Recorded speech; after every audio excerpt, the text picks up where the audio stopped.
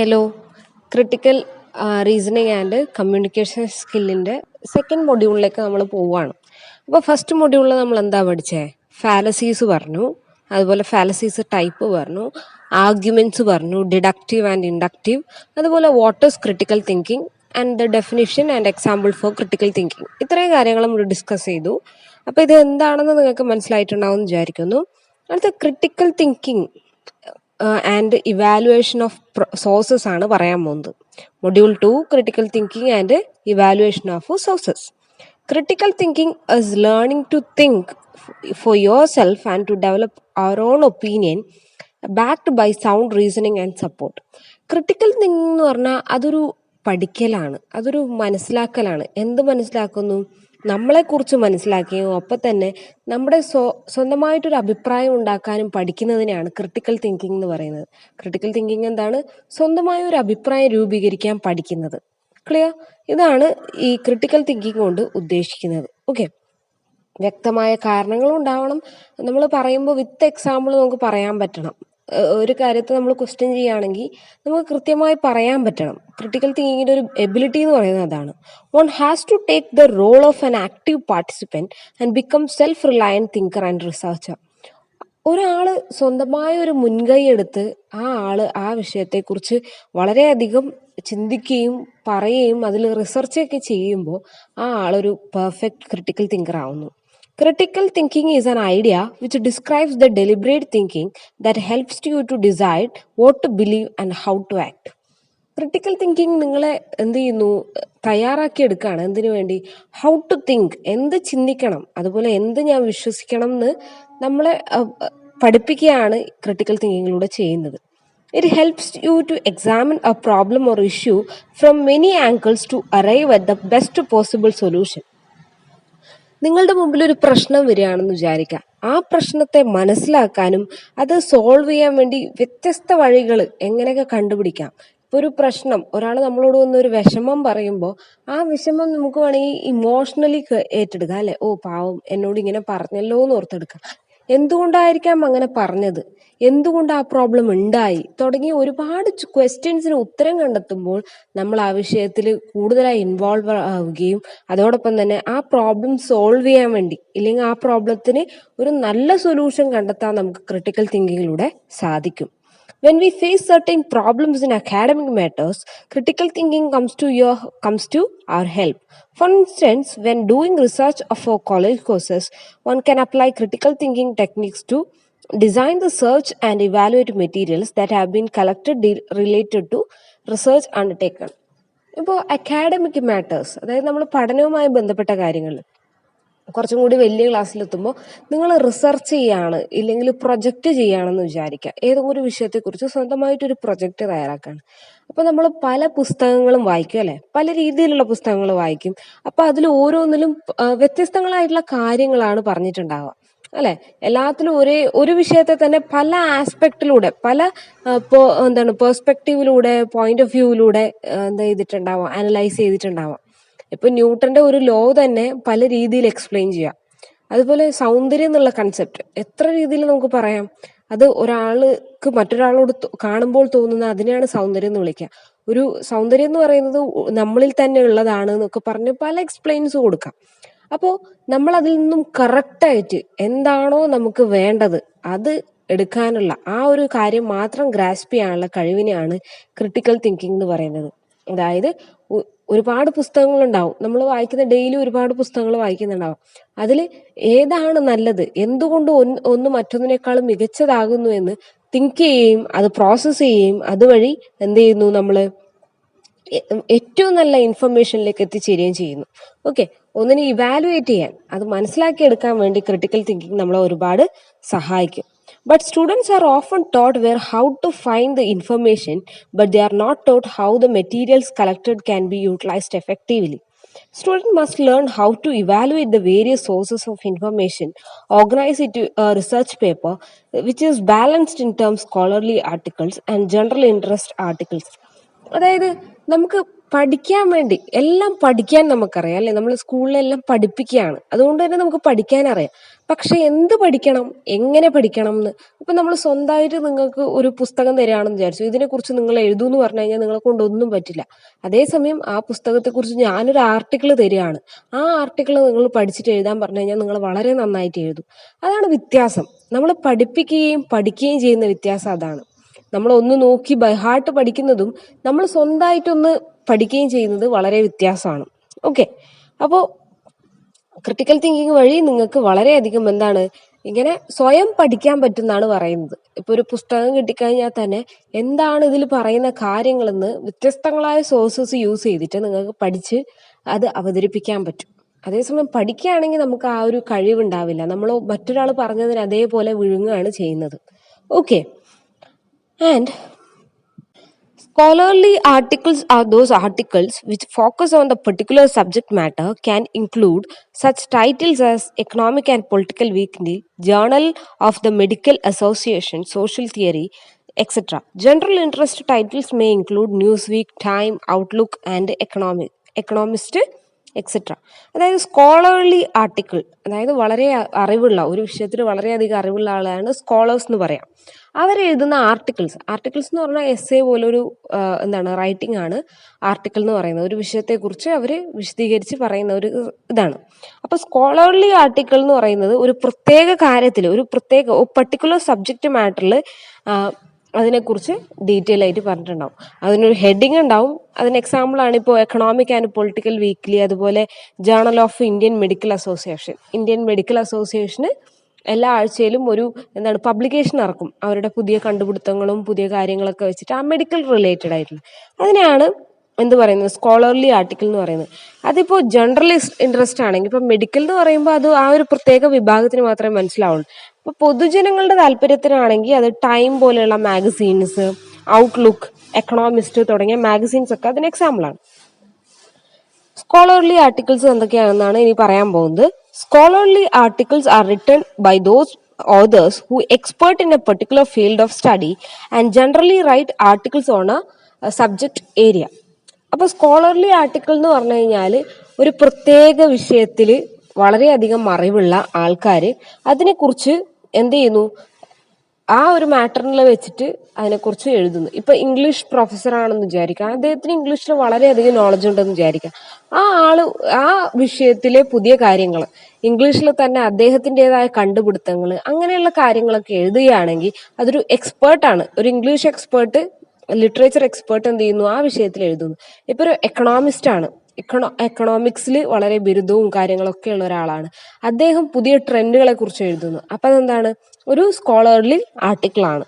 Okay, general interest article writers are those writers who write various topics but they need not to be expert in particular field. Whenever one is reading a book or an article, several points has to be focused. അപ്പൊ ഈ general interest എന്ന് പറഞ്ഞു കഴിഞ്ഞാൽ ഇപ്പൊ നമ്മൾ സാധാരണ ഒരു news പേപ്പറിലൊക്കെ articles കാണാറുണ്ട്, അത് ജനറൽ ഇൻട്രസ്റ്റ് ആണ്. കാരണം നമ്മുടെ താല്പര്യത്തിനനുസരിച്ചുള്ള എഴുത്തുകളാണ്. അപ്പോൾ പുതിയൊരു ഫോണിനെ കുറിച്ച് എഴുതുന്നുണ്ടാവാം, ഒരു പുതിയ വണ്ടീനെ കുറിച്ച് എഴുതുന്നുണ്ടാവാം. അതൊക്കെ എന്താണ്, ജനറൽ ഇൻട്രസ്റ്റ് ആണ്, പൊതുജനങ്ങളുടെ താല്പര്യമാണ്. അപ്പൊ അങ്ങനെയുള്ള ആർട്ടിക്കിൾ എഴുതുമ്പോൾ നമുക്ക് ആ വിഷയത്തിൽ ഒരു പ്രത്യേക നോളജും കാര്യങ്ങളൊന്നും വേണമെന്നില്ല. അതിപ്പോ ആർക്ക് വേണമെങ്കിലും എഴുതാം, ഇപ്പൊ എനിക്ക് വേണമെങ്കിലും നിങ്ങൾക്ക് വേണമെങ്കിലും എഴുതാം. നമുക്ക് അതിനെ കുറിച്ച് പ്രത്യേകിച്ച് അറിവ് വേണമെന്നൊന്നും നിർബന്ധമില്ല. അപ്പൊ ഇങ്ങനെയുള്ള ഒരു ആർട്ടിക്കിൾ വായിക്കുകയാണെങ്കിൽ നമ്മൾ ശ്രദ്ധിക്കേണ്ട കാര്യങ്ങളെ കുറിച്ചാണ് ഇനി പറയുന്നത്. Is the article or book is biased. Bias എന്ന് പറഞ്ഞാൽ പക്ഷപാതം എന്നുള്ള അർത്ഥമാണ്. അതായത് ആ എഴുതിയ പുസ്തകം ഏതെങ്കിലും ഇപ്പൊ ഒരു പൊളിറ്റിക്കൽ പാർട്ടീനെ കുറിച്ച് എഴുതുകയാണെന്ന് വിചാരിച്ചു, ഒരു ഓപ്പൺ മൈൻഡർ ഒരു പാർട്ടിയോടും ചായവില്ലാത്ത ഒരു രാഷ്ട്രീയ നിരീക്ഷകനാണ് ആ ബുക്ക് എഴുതുന്നതെങ്കിൽ അദ്ദേഹം ബയസ്ഡ് ആണോ, ഏതെങ്കിലും ഒരു പാർട്ടീനെ സപ്പോർട്ട് ചെയ്യുന്നുണ്ടോ, ഇല്ലെങ്കിൽ എക്കോണമി, അദ്ദേഹം ഏതെങ്കിലും ഒരു രാജ്യത്തിന്റെ എക്കോണമീനെ പൊക്കി കാണിക്കാൻ വേണ്ടി അത് അവരോട് ബയസ് ചെയ്ത് അവരോട് പക്ഷം ചേർന്ന് എഴുതുന്നതാണോ, അത് നമ്മൾ നോക്കണം. ഇപ്പൊ പല ന്യൂസ് പേപ്പേഴ്സും ഓരോ പാർട്ടീന്റെ ബേസിസിലാണ് അല്ലെ. അപ്പൊ അതിൽ വരുന്ന ആർട്ടിക്കിൾ ഓഫ് കോഴ്സ് എന്താവും, ആ പാർട്ടിയോട് ചായ്വുള്ളതായിട്ട് മാറും. അത് അങ്ങനെ ബയസ്ഡ് ആണോ എന്ന് നമ്മൾ ആദ്യം നോക്കണം. ഏതൊരു പുസ്തകം കിട്ടുമ്പോഴും അത് ബയസ്ഡ് ആണോ എന്ന് നമ്മൾ ചെക്ക് ചെയ്യണം. Does the background of the author lead to conclusion concerning the article.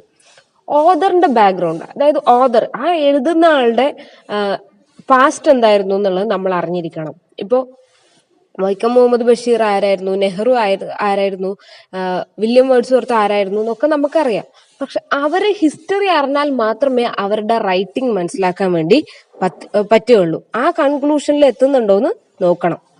What is the authority of the author? Is the author is an expert in this field of study? Does the article book give any background of information on the author? Does the author PhD in subject? Is she or a physician or a researcher? Authority of author എന്ന് പറഞ്ഞു കഴിഞ്ഞാൽ ഓതറിന്റെ വിശ്വാസ്യത. Author എന്ന് പറഞ്ഞാൽ ആരാണ്? എഴുത്തുകാരൻ. എഴുത്തുകാരന്റെ level എന്താണ്, അതോറിറ്റി എന്താണ്, ആ ആള് ഇതിനു മുമ്പ് ആ വിഷയത്തിൽ എന്തെങ്കിലും ഡിഗ്രി എടുത്തിട്ടുണ്ടോ, PhD ഉണ്ടോ, ഇല്ലെങ്കിൽ അദ്ദേഹം ആ വിഷയത്തിൽ റിസർച്ച് ചെയ്തിട്ടുണ്ടോ, എന്തെങ്കിലും ആ കാര്യവുമായി ബന്ധമുള്ള ഒരാളാണ്. ഇപ്പൊ വെറുതെ നമ്മളൊരു ആർട്ടിക്കിൾ എഴുതുന്നു എന്ന് വിചാരിച്ചോ, അത് വളരെയധികം വിവാദമായി എന്ന് വിചാരിക്കുക. അപ്പൊ നമ്മള് ആ വിഷയത്തെ കുറിച്ച് എന്തെങ്കിലും അറിഞ്ഞിട്ടാണോ ആ കാര്യങ്ങൾ എഴുതിയെന്നുള്ളത് വളരെ ഇമ്പോർട്ടന്റ് ആണ്. അപ്പോൾ റൈറ്ററിന്റെ ഒതന്റിറ്റി വളരെ ഇമ്പോർട്ടന്റ് ആണ്. Is this article or general interest? ഈ ആർട്ടിക്കിൾ ജനറൽ ഇൻട്രസ്റ്റ് ആണോ അതോ വെറും ഒരു എന്താണ് ഫിസിക്കൽ, ഇപ്പൊ ഒരു ഡോക്ടർ ഒരു മെഡിക്കൽ ഫീൽഡുമായി ബന്ധപ്പെട്ടാണോ, അതൊക്കെ നമ്മൾ നോക്കണം. Scholarly article should include research finding, statistics, bibliography or reference. It should be written by experts in a particular subject. General interest titles are usually not written subject experts. അപ്പോൾ ഒരു പുസ്തകം നമ്മൾ എഴുതിയെന്ന് വിചാരിക്കാം, അതിനെക്കുറിച്ച് എവിടുന്നാണ് നിങ്ങൾ ആ ഇൻഫർമേഷൻസ് കിട്ടിയത്? നിങ്ങൾ വേറെ ഏതെങ്കിലും ബുക്ക് റെഫർ ചെയ്തിട്ടാണ് എഴുതുന്നതെങ്കിൽ ആ ബുക്കിന്റെ പേരുകളൊക്കെ ബിബ്ലിയോഗ്രഫി അതുപോലെ റെഫറൻസ് ഏരിയയിൽ നമ്മൾ ചേർത്തിരിക്കണം. അതാണ് ഇവിടെ പറയുന്നത്. How articles are accepted for publication. Most scholarly journals have an editorial board that comprises with experts in different subject areas who determine which articles to be accepted for publication.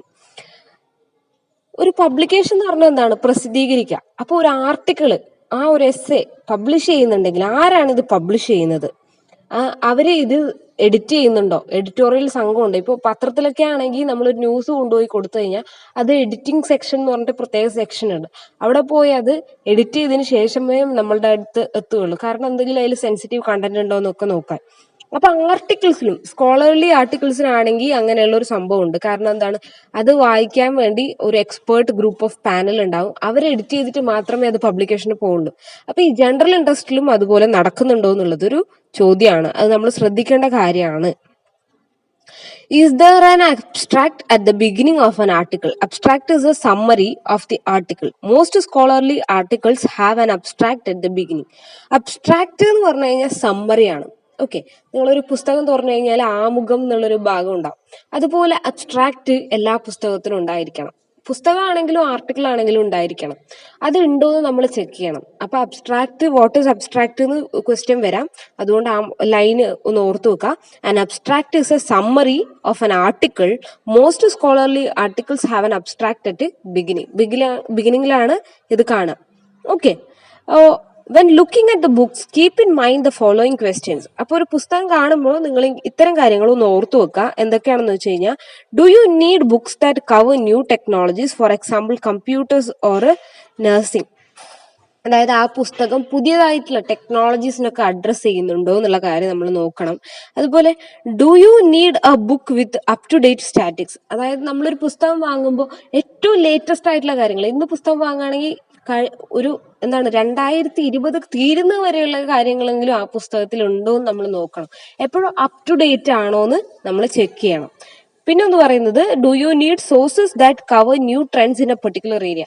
ആ പ്രത്യേക വിഷയത്തിൽ പുതിയ കാര്യങ്ങൾ ഉൾപ്പെടുത്തുന്ന, ഇപ്പോൾ ഒരു ഇലക്ഷന് റിലേറ്റഡ് ആയിട്ടുള്ള പുസ്തകമാണ് നിങ്ങൾ വാങ്ങുന്നതെങ്കിൽ ആ ഏറ്റവും ലേറ്റസ്റ്റ് ഇലക്ഷൻ വരെയുള്ള കാര്യങ്ങൾ അതിൻ്റെ അകത്തുണ്ടോ, എല്ലാ മേഖലകളും ഡിസ്കസ് ചെയ്തിട്ടുണ്ടോ, ഇങ്ങനെ എല്ലാ കാര്യങ്ങളും നമ്മൾ എന്ത് ചെയ്യണം? അനലൈസ് ചെയ്തിരിക്കണം ഒരു പുസ്തകം വാങ്ങാൻ വേണ്ടി പോകുമ്പോൾ. അപ്പൊ ഇത്രയും ചോദ്യങ്ങൾക്ക് ഉത്തരം കിട്ടിക്കഴിഞ്ഞാൽ നിങ്ങൾക്ക് ആ പുസ്തകം വാങ്ങാം എന്നുള്ള അർത്ഥമാണ് ഉള്ളത്. When reading books, you may want to look for book reviews or a critical analysis. Also, you could look for the background information on the author, may give you insight to the what inspired that person to write a book. അതായത് നമ്മൾ എന്ത് ചെയ്തു, ഒരു പുസ്തകം വാങ്ങുന്നുണ്ട് എന്ന് വിചാരിക്കാം. പുസ്തകം വാങ്ങി. അപ്പൊ അതിനു മുമ്പ് തന്നെ നമ്മൾ ശ്രദ്ധിച്ചിരിക്കണം ആ ഓഥറിന്റെ ബാക്ക്ഗ്രൗണ്ട്, അതുപോലെ ആ ബുക്കിന്റെ റിവ്യൂസ് നമ്മൾ നോക്കിയിരിക്കണം. അതായത് നമ്മളൊരു പുതിയ പുസ്തകം വാങ്ങാൻ പോവാണ്, അല്ലെങ്കിൽ ഒരു സിനിമ കാണാൻ പോവാണ്, അതിനു മുമ്പ് തന്നെ നമ്മൾ അതിന്റെ റിവ്യൂസ് നോക്കി പോവുക. കാരണം എന്താണ്, റിവ്യൂ എന്ന് പറഞ്ഞു കഴിഞ്ഞാൽ ആ പുസ്തകം ഏതെങ്കിലും ഒരു ഫേമസ് പേഴ്സണോ ഇല്ലെങ്കിൽ വളരെയധികം വായിക്കുന്ന ഒരാളൊക്കെ അതിനെ ക്രിട്ടിക്കലി അനലൈസ് ചെയ്തിട്ടുണ്ടാവും. അതിനെക്കുറിച്ച് വളരെയധികം ഡിസ്കസ് ചെയ്തും പഠിച്ചും ഒക്കെ ആയിരിക്കും അതിന്റെ അഭിപ്രായങ്ങൾ രേഖപ്പെടുന്നത്. അത്തരത്തിലുള്ള റിവ്യൂകൾ നോക്കിയതിന് ശേഷം മാത്രമേ നമ്മളൊരു പുസ്തകങ്ങളൊക്കെ വാങ്ങാൻ പാടുള്ളൂ എന്നാണ് പറയുന്നത്. Another benefit of critical thinking is the ability to narrow a research topic into smaller pieces. For example, if an assignment is given on the topic partition of India, it would be very wide and big topic. So in order to make a research focused a little bit, one will have to narrow the topic to something like role of freedom fighters and the role of partition. അതായത് നമ്മളെപ്പോഴും ഒരു subject, critical തിങ്കിങ്ങിന്റെ വേറൊരു ഗുണം എന്ന് പറയുന്നത്, നമ്മളിപ്പോൾ ഒരു research ചെയ്യുകയാണെന്ന് വിചാരിക്കാം, ഇല്ലെങ്കിൽ ഒരു കാര്യത്തെക്കുറിച്ച് നമ്മൾ സ്പീച്ച് നടത്തോ ഇങ്ങനെയൊക്കെ ചെയ്യുകയാണെങ്കിൽ നമ്മളതിനെ വളരെ ചെറിയ ചെറിയ ടോപ്പിക്കുകളാക്കുക. ഇവിടെ എക്സാമ്പിൾ കൊടുത്തിട്ടുള്ള പാർട്ടീഷൻ ഓഫ് ഇന്ത്യ, ഇന്ത്യയുടെ വിഭജനം എന്നുള്ള ടോപ്പിക് എടുത്തു കഴിഞ്ഞാൽ അത് വളരെ വലുതാണ്. കാരണം അതിന്റെ ചാലഞ്ചസ് പറയാണ്ട്, അതുപോലെ കോൺസിക്വൻസസ് പറയാണ്ട്, റോൾ ഓഫ് ഫ്രീഡം ഫൈറ്റേഴ്സ് പറയാണ്ട്, ഇങ്ങനെ വലിയൊരു ടോപ്പിക്കാണ് അല്ലെ. അപ്പോൾ അത് വളരെ ഒരു നീണ്ട പ്രോസസ്സുമാണ് ഇത് പറഞ്ഞുകൊണ്ടിരിക്കുക എന്നുള്ളത്. അപ്പൊ എന്ത് ചെയ്യുക, ഇതിനെയൊക്കെ വളരെ ചെറിയ ചെറിയ ടോപ്പിക്സ് ആയിട്ട് വിശദീകരിക്കുക എന്നാണ് പറയുന്നത്. അതായത് ഇപ്പൊ ഫ്രീഡം ഫൈറ്റേഴ്സിന്റെ റോള് പറയാ, ഇപ്പൊ പാർട്ടീഷൻ്റെതാണ് നമ്മളോട് എടുക്കാനുള്ളതെങ്കിലും എഴുതാനുള്ളതെങ്കിലും നമ്മൾ എന്ത് ചെയ്യുക, അതിന്റെ ഒരു സെക്ഷനായിട്ട്, ഒരു പാർട്ടായിട്ട്, പാർട്ട് 1 ആയിട്ട് റോൾ ഓഫ് ഫ്രീഡം ഫൈറ്റേഴ്സ് എഴുതുക. അടുത്ത സെക്ഷനിൽ എന്ത് എഴുതുക, വേണമെങ്കിൽ അടുത്ത സെക്ഷൻ മേജർ ചാലഞ്ചസ് എന്ന് പറഞ്ഞിട്ട് എഴുതുക, അടുത്തതിൽ കോൺസിക്വൻസസ്, ഇങ്ങനെ 1, 2, 3 പാർട്ടാക്കിയിട്ട് മാറ്റിക്കഴിഞ്ഞാൽ അത് കുറച്ച് സിമ്പിൾ ആവുകയും അതേസമയം നമുക്ക് എല്ലാ ടോപ്പിക്കുകളും കവർ ചെയ്യാൻ വേണ്ടി പറ്റും. ഇതാണ് ക്രിട്ടിക്കൽ തിങ്കിങ്ങിന്റെ മറ്റൊരു പ്രത്യേകത എന്ന് പറയുന്നത്. അടുത്ത് പറയാനുള്ളത് സീക്വൻസിങ് ഓഫ് ആർഗ്യുമെന്റ്സ്. ആർഗ്യുമെന്റ്സ് എന്താണെന്ന് നമ്മൾ നേരത്തെ പഠിച്ചാണ്, വാട്ട് ഇസ് ആർഗ്യുമെന്റ് എന്നുള്ളത്. അപ്പോൾ the step which comes after the recognition of an argument is its organization. അപ്പോൾ ആർഗ്യുമെന്റ് എന്താണെന്ന് മനസ്സിലാക്കി കഴിഞ്ഞാൽ അടുത്ത സ്റ്റെപ്പ് എന്ന് പറയുന്നത് അതിനെ ഓർഡർ ആക്കുക എന്നുള്ളതാണ്, ഓർഗനൈസ് ചെയ്യുക, സീക്വൻസ് ചെയ്യുക എന്നുള്ളതാണ് അടുത്ത job. Judicious arrangement of the arguments is necessary as the arguments themselves. So according to the opinion of critical thinking experts, there are 5 parts of discourse: introduction, statement of fact, confirmation, refutation and conclusion. So let's discuss the 5 parts separately. അപ്പോൾ ഇവിടെ പറയുന്നത് വെച്ച് കഴിഞ്ഞാൽ ഒരു argument എന്ന് പറഞ്ഞു കഴിഞ്ഞാൽ ഒരു ജുഡീഷ്യസ് ആർഗ്യുമെന്റ്, നമ്മളൊരു ആർഗ്യുമെന്റിന് വളരെ ജുഡീഷ്യസ് ആയിട്ട് അറേഞ്ച് ചെയ്യണം എന്നാണ് പറയുന്നത്, നീതിപരമായിട്ട് അറേഞ്ച് ചെയ്യണം എന്നാണ് പറയുന്നത്. ഓരോ ആർഗ്യുമെന്റ് ഇമ്പോർട്ടൻസ് അനുസരിച്ച് ഓർഡർ ചെയ്യുക. മാത്രമല്ല according to opinion of critical thinking experts, അപ്പോൾ ഇതിൽ എക്സ്പേർട്ട് ആയിട്ടുള്ള, ഈ വിഷയത്തിൽ എക്സ്പേർട്സ് ആയിട്ടുള്ള ആൾക്കാർ പറയുന്നത് ഏതൊരു സാഹചര്യത്തിനും, ഇപ്പോൾ ഒരു ബുക്കിനാണെങ്കിലും ഇല്ലെങ്കിൽ ഒരു സ്പീച്ചിനാണെങ്കിലും എല്ലാം തന്നെ ഒരു ഫോർമാറ്റ് ഉണ്ട്. ആ ഫോർമാറ്റ് എന്ന് പറയുന്നത് ഫസ്റ്റ് ഒരു ഇൻട്രൊഡക്ഷൻ കൊടുക്കുക എന്നാണ്. ഇപ്പോൾ ഈ ക്ലാസ്സിനാണെങ്കിലും ഫസ്റ്റ് ഒരു ഇൻട്രൊഡക്ഷൻ കൊടുക്കുക എന്നുള്ള പാർട്ടുണ്ട് അല്ലേ. അതിന് കഴിഞ്ഞ് സ്റ്റേറ്റ്മെന്റ് ഓഫ് ഫാക്ട്, എന്താണോ പറയാൻ പോകുന്ന കാര്യം അതിനെക്കുറിച്ച് ഒരു ഡീറ്റെയിൽ ആയിട്ട് ഒന്നും കൂടെ പറയും. അതിനുശേഷം കൺഫർമേഷൻ, ആ പറഞ്ഞ കാര്യം തന്നെ ഒന്നും കൂടെ ഉറപ്പിച്ച് പറയും. Refutation and conclusion. റെഫ്യൂട്ടേഷൻ എന്ന് പറഞ്ഞു കഴിഞ്ഞാൽ റോങ് എന്നുള്ള, റെഫ്യൂസ് അതല്ല എന്ന് പറയാം. അപ്പോൾ നമ്മൾ എഴുതി കഴിഞ്ഞ കാര്യങ്ങളിൽ ഇത് മറ്റൊന്നല്ല എന്നുള്ളത് നമ്മൾ സ്ഥാപിക്കാൻ വേണ്ടി പറയുന്ന കാര്യങ്ങളാണ് റെഫ്യൂട്ടേഷനിൽ ഉൾപ്പെടുത്തുക. അതുപോലെ ഒരു കൺക്ലൂഷനും ഉണ്ടാവും. ഇത്രയാണ്. ഇപ്പോൾ ഒരു ബുക്ക് എടുത്തു കഴിഞ്ഞാൽ ആദ്യം ഒരു ഇൻട്രൊഡക്ഷൻ ഉണ്ടാവും, അതുപോലെ സ്റ്റേറ്റ്മെന്റ് ഓഫ് ഫാക്ട് കാണാൻ പറ്റും, അതുപോലെ കൺഫർമേഷൻ, പറഞ്ഞ കാര്യം കൺഫേം ചെയ്യുന്ന ഒരു ഭാഗം ഉണ്ടാവും, അതുപോലെ അത് റിജക്ട് ചെയ്യുന്ന കുറേ കാര്യങ്ങളുണ്ടാവും, അതുപോലെ ഒരു കൺക്ലൂഷനും ഉണ്ടാവും. ഓൾ ടോട്ടൽ ഒരു കൺക്ലൂഷൻ ഉണ്ടാവും. ഇതാണ് 5 പാർട്ട് എന്ന് പറയുന്നത്. ആദ്യം നമുക്ക് ഇതിൽ ഓരോന്ന് എന്താണെന്ന് ഡീറ്റെയിൽ ആയിട്ട് പറയാം. First one is introduction. Okay, introducing part of 2 functions to be fulfilled. The 2 functions are it informs the audience of the subject of the discourse and it renders to the audience amenable and to the speaker's argument. One or more important point to be remembered here is the speaker's ethos. Okay, introduction എന്ന് പറയുമ്പോൾ അതിന് 2 functions ആണുള്ളത്. ഇപ്പോൾ നമ്മൾ എന്തൊരു കാര്യത്തിന് introduction പറയുമ്പോൾ 2 കാര്യങ്ങളാണ് അതിന് പ്രധാനമായിട്ടുള്ളത്. ഒന്നെന്ന് പറഞ്ഞു കഴിഞ്ഞാൽ നമ്മുടെ മുമ്പിലിരിക്കുന്ന ആള് ഇപ്പൊ ഒരു പുസ്തകം വായിക്കുകയാണെങ്കിൽ ആ റീഡർ, ഇല്ലെങ്കിൽ ഒരു സ്പീച്ച് കേൾക്കുകയാണെങ്കിൽ ആ ഓഡിയൻ, കേൾക്കുന്ന ആളാണ് ഓഡിയൻ.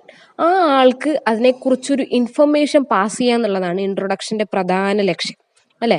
ഇപ്പോൾ വീഡിയോ തുടങ്ങുമ്പോൾ നമ്മൾ പറയും ഇന്ന വിഷയമാണ് എടുക്കാൻ പോകുന്നത്. ഓക്കെ, അപ്പൊ നിങ്ങൾ അതുമായിട്ട് ഫെമിലിയർ ആവുകയാണ്, എന്താണോ വിഷയം എന്നുള്ളത് മനസ്സിലാക്കുകയാണ് അവിടെ ചെയ്യുന്നത്.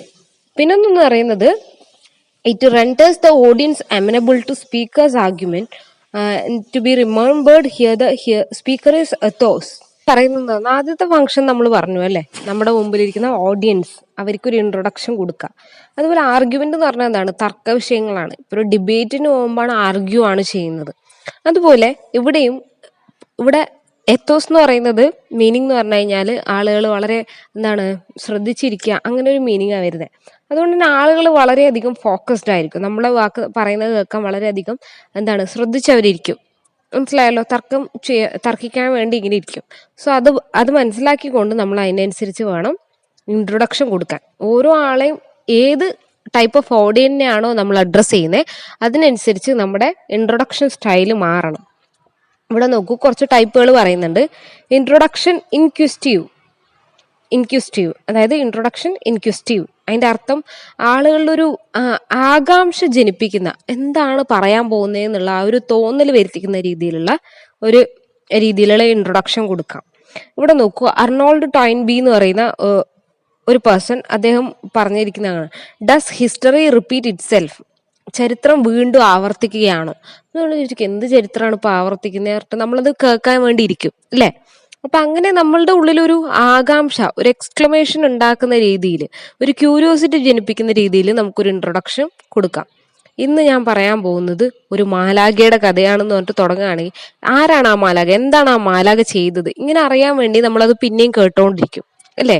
അതുപോലെ എല്ലാത്തിനും ഒരു എക്സ്ട്രാ ക്യൂരിയോസിറ്റി ജനിപ്പിക്കുന്ന രീതിയിലുള്ള ഇൻട്രൊഡക്ഷൻ കൊടുക്കുക. അടുത്തത് ഇൻട്രൊഡക്ഷൻ പാരഡോക്സിക്കൽ. ഇൻട്രൊഡക്ഷൻ പാരഡോക്സ് എന്ന് പറഞ്ഞാൽ എന്താണ് ആക്ഷേപം എന്നോ അപഹാസം എന്നോ എന്ത് വേണമെങ്കിൽ പറയാം. As I type this, highly civilised men are flying above trying to kill me. George Orwell ഇങ്ങനെയാണ് തുടങ്ങുന്നത് അദ്ദേഹം ഒരു ഇൻട്രൊഡക്ഷൻ ആയിട്ട്. As I type this, highly civilised men are flying above trying to kill me. അതായത് വളരെ high civilised ആയിട്ടുള്ള ആള് എന്നെ കൊല്ലാൻ വരികയാണ്. അപ്പൊ അങ്ങനെയുള്ളവർ ഒരിക്കലും ഒന്നും ചെയ്യില്ല എന്നറിയാം. അപ്പൊ ആ ഒരു പരിഹാസമാണ് പാരഡോക്സിക്കൽ എന്നുള്ളത് കൊണ്ട് ഉദ്ദേശിക്കുന്നത്. പാരഡോക്സ് പരിഹാസം എന്നുള്ള രീതിയിലാണ്. ഓക്കെ, അടുത്തത് ഇൻട്രൊഡക്ഷൻ കറക്റ്റീവ് ആണ് മൂന്നാമത്തെ type. The peanut is in fact A fruit. Peanut is എന്ന് പറഞ്ഞിട്ട് തുടങ്ങുകയാണ്. ഇൻഫാക്ട് എ ഫ്രൂട്ട്, ഒരു കറക്ഷൻ രീതിയിൽ തുടങ്ങുകയാണ്. ഇത് ഇങ്ങനെയാണ് എന്നാൽ ഇങ്ങനെയല്ല എന്ന് പറഞ്ഞുകൊണ്ട് ഒരു കറക്ഷനിലൂടെ തുടങ്ങുകയാണ്. അടുത്തത് introduction preparatory. Beginnings are apt to be shadowy and so it is with the beginnings of the greater mother of life. See, Rachel Carlson. Introduction narrative. This also means reciting an anecdote. Long time ago, there lived a king and there lived a beggar. The sky was blue and the land is green. Introduction narrative, നമുക്ക് കഥ പറഞ്ഞുകൊണ്ട് തുടങ്ങാം. അതാണ് introduction narrative എന്ന് പറയുന്നത്. Preparatory എന്ന് പറഞ്ഞു കഴിഞ്ഞാൽ നമ്മളെ എന്തോ ഒന്ന് കാണാനും കേൾക്കാനും വേണ്ടി പ്രേരിപ്പിക്കുന്ന രീതിയിൽ പ്രിപ്പറേഷൻ ആണ് ഉദ്ദേശിക്കുന്നത്. ഓക്കെ, ഇതാണ് 5 ടൈപ്പ് ഇൻട്രൊഡക്ഷൻ. ഏതൊക്കെയാണ്? Introduction inquisitive, introduction paradoxical, introduction corrective, introduction preparatory and introduction narrative. Okay, അടുത്ത സ്റ്റേറ്റ്മെന്റ് ഓഫ് ഫാക്ട്. ഇതുകൊണ്ട് എന്താ ഉദ്ദേശിക്കുന്നത് നോക്കാം. The audience is informed to the circumstances that must be known before the formal argument is present. അതായത് ജനങ്ങളെ, കേൾക്കുന്ന ആളെ prepare ആക്കി വെക്കുക. എന്താണ് അവരോട് ഓൾറെഡി പറയാ, ഇന്ന് ഇങ്ങനെയുള്ള കാര്യങ്ങളാണ് പറയാൻ പോകുന്നത് എന്ന് ശരിക്കും ആ ചർച്ച സ്റ്റാർട്ടാവുന്നതിന് മുമ്പ് ഒരു പ്രിപ്പറേഷൻ, അതാണ് ഈ സ്റ്റേറ്റ്മെന്റ് ഓഫ് ഫാക്ട് എന്ന് പറയുന്നത്. Confirmation. This is an important section of discourse in which the argument is presented and proven. The proper sequencing of arguments is necessary and it depends on the particular nature of audience, the subject, the occasion and subjective taste of the speaker. Confirmation എന്ന് പറഞ്ഞു കഴിഞ്ഞാൽ പറഞ്ഞ കാര്യങ്ങൾ ഒന്നുകൂടി തറപ്പിച്ച് പറയുക എന്നുള്ളതാണ് മീൻ ചെയ്യുന്നത്. ഇപ്പൊ ഒരു കാര്യം, ഒരു ലോ ആണ് ഇപ്പൊ അഡ്രസ് ചെയ്യുന്നതെങ്കിൽ, ഒരു ലോനെ കുറിച്ച് പറയുകയാണെങ്കിൽ ആ ലോ പ്രൂവൺ ആണ്, ഇത് പല സിറ്റുവേഷൻസ് പറഞ്ഞിട്ട് അത് പ്രൂവൺ ആണെന്ന് തെളിയിക്കുന്നത്. അങ്ങനെയാണ് കൺഫർമേഷൻ എന്ന് പറഞ്ഞാൽ എന്താണ്, ഉറപ്പ് വരുത്തുക എന്നുള്ള സെക്ഷനാണ്. അങ്ങനെ ഉറപ്പ് വരുത്തുക, അത് ഇപ്പോൾ ഏത് ടൈപ്പ് ഓഫ് ഓഡിയൻസ് ആണോ അതിനനുസരിച്ചുള്ള രീതിയിൽ കൺഫർമേഷൻ ചെയ്യുക. റെഫ്യൂട്ടേഷൻ ആണ് അടുത്തത്. Refutation can be achieved in various ways including logical appeal, emotional appeal, ethical appeal, and wit, etc. Sometimes it is the best to represent a refutation before one's confirmation. For example, if an opposing speaker is well received, and it will be valuable to refute his arguments before offering one's own. അതായത് confirm ചെയ്യുന്നതിന് മുമ്പ് തന്നെ നമ്മൾ refuse ചെയ്ത് കഴിഞ്ഞാൽ, ഇപ്പൊ നിങ്ങൾ എന്റെ ക്ലാസ് കേട്ടുകൊണ്ടിരിക്കുകയാണ്, ഇപ്പൊ നിങ്ങൾക്ക് എവിടെയെങ്കിലും നിങ്ങളുടേതായ ഒരു അഭിപ്രായം ഇല്ലെങ്കിൽ എന്നെ കറക്റ്റ് ചെയ്യാനുള്ള ഒരു ചാൻസ് കിട്ടുകയാണെങ്കിൽ അത് നിങ്ങൾ എന്ത് ചെയ്യുക, ഞാൻ കൺഫർമേഷൻ എന്നുള്ള സ്റ്റേജിന് പോകുന്നതിന് മുമ്പ് തന്നെ നിങ്ങൾ എന്ത് ചെയ്യണം, എന്നോട് പറഞ്ഞ് അത് ക്ലാരിഫിക്കേഷൻ വരുത്തേണ്ടതായിട്ടുണ്ട്. അതാണ് റെഫ്യൂട്ടേഷൻ. കേൾക്കുന്നവർക്ക് മറ്റുള്ള പറയുന്ന ആളെ തിരുത്താനുള്ള ആ ഒരു അവസ്ഥ. ഓക്കെ, അടുത്ത കൺക്ലൂഷൻ. ഇപ്പൊ നിങ്ങൾ ഒരു അസൈൻമെന്റ് എഴുതുകയാണോ, സെമിനാർ എഴുതുകയാണോ, അതോ നിങ്ങളൊരു സ്പീച്ച് പറയുകയാണോ, ക്ലാസ് എടുക്കുകയാണോ, എന്ത് ചെയ്യുമ്പോഴും ഈ കാര്യങ്ങളൊന്ന് ഓർക്കാം. അക്കോർഡിംഗ് ടു അരിസ്റ്റോട്ടിൽ എന്നുള്ള ഫേമസ് ആയിട്ടുള്ള ഒരാളാണ്, ഒരു എന്താണ് പറയാ, in old field he have his own എന്താണ് ലാൻഡ്മാർക്ക്. അദ്ദേഹം ചെയ്ത എല്ലാ മേഖലകളിലും നല്ല എന്താണ് പാഠമുള്ള ഒരാളാണ്. അദ്ദേഹം പറഞ്ഞിരിക്കുന്നത് കൺക്ലൂഷനിൽ 4 കാര്യങ്ങൾ ഉൾപ്പെട്ടിരിക്കണം എന്നാണ്. ഏതൊക്കെ പറഞ്ഞാല്, restate the facts and arguments, നമ്മൾ പറഞ്ഞ കാര്യങ്ങൾ ഒന്നും കൂടി പറയുക, റീസ്റ്റേറ്റ് ചെയ്യുക. പിന്നെന്ന് പറയുന്നത് amplify the force of one's point and diminish that one's opponents. നമ്മൾ പറഞ്ഞ കാര്യങ്ങൾ കുറച്ചും കൂടി പവർഫുൾ ആയിട്ട് പറയാം, മറ്റുള്ളവരുടെ അഭിപ്രായങ്ങൾ തെറ്റാണെന്നും കൂടി ഉറപ്പുവരുത്തിക്കൊണ്ട് പറയാം. ഇൻസ്പയർ ദോ വൺസ് ക്യാരക്ടർ. ഇപ്പൊ നമ്മുടെ വാക്കുകൾ കേട്ട് ഇൻസ്പയർ ചെയ്ത ആരെങ്കിലും ഉണ്ടാവും, അപ്പൊ അവരെ എടുത്തു പറഞ്ഞുകൊണ്ട്, അവരുടെ ഭാഗത്തു നിന്നുള്ള അഭിപ്രായങ്ങൾ എടുത്തു പറഞ്ഞുകൊണ്ടുള്ള ഒരു കൺക്ലൂഷൻ നടത്താം. റോസ് അപ്രോപ്രിയേറ്റ് ഇമോഷൻസ്, കറക്റ്റ് ആയിട്ടുള്ള അതിന് വേണ്ട ഇമോഷൻസ് കൊടുക്കുക. എത്തോസ് പാത്തോസ് എന്നുള്ള വാക്കുകൾ ഓർത്തു വെക്കുക. അതിന്റെ മീനിങ് ചിലപ്പോൾ 1 മാർക്കിനൊക്കെ ചോദിക്കാം. So ethos and pathos means what എന്നൊന്ന് അറിഞ്ഞിരിക്കാം. അടുത്ത് പറയേണ്ടത് selection or relevance in critical thinking ആണ്. നമുക്ക് അടുത്ത വീഡിയോയിൽ ചെയ്യാം.